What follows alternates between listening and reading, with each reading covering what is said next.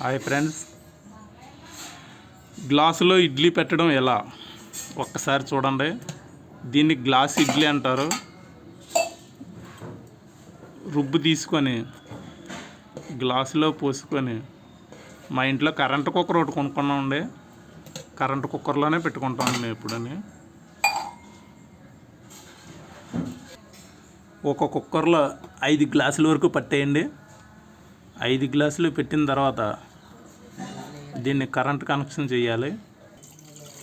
ఇందులో వాటర్ వేయడం మర్చిపోయండి, అందుకని మళ్ళీ వాటర్ వేస్తున్నాం.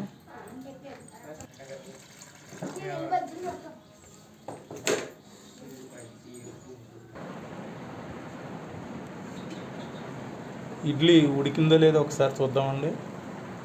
దాని మీద అలా చేయి పెట్టి ఉడికిపోయినట్టుంది. తర్వాత తీసి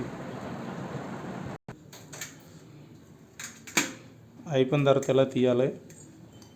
చూడండి ఎంత చక్కగా వచ్చిందో.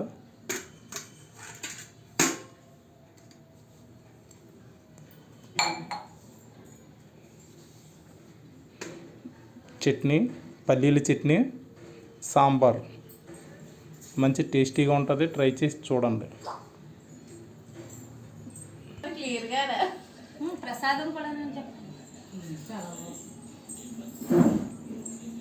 ఈ 3 రకాల చట్నీతో తింటే ఇడ్లీ అదిరిపోయి టేస్ట్ వస్తుంది.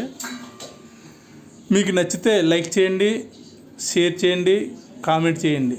టేస్ట్ ఎలాగుందో ఒకసారి చెప్పండి.